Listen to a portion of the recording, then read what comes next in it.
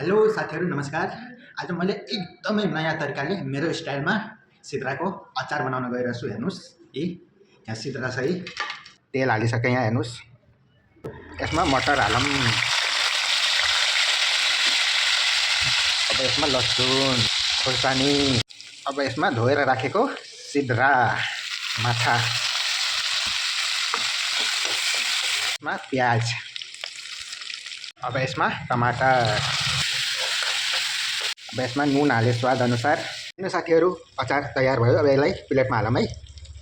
आयो भात, अब आयो यसमा अचार। साथीहरू हेर्नु, साथीहरू सिद्रा माछाको अचार अनि मेरो भात रेडी भयो। अब खाम है, भोक लाग्यो के।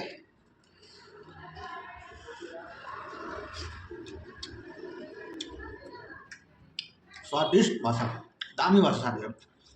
यस्तै यस्तै खानाको भिडियोहरू लिएर आउँछु साथीहरू। मन परेमा लाइक गरिदिनु होला। आजको लागि यति नै, ओके बाई।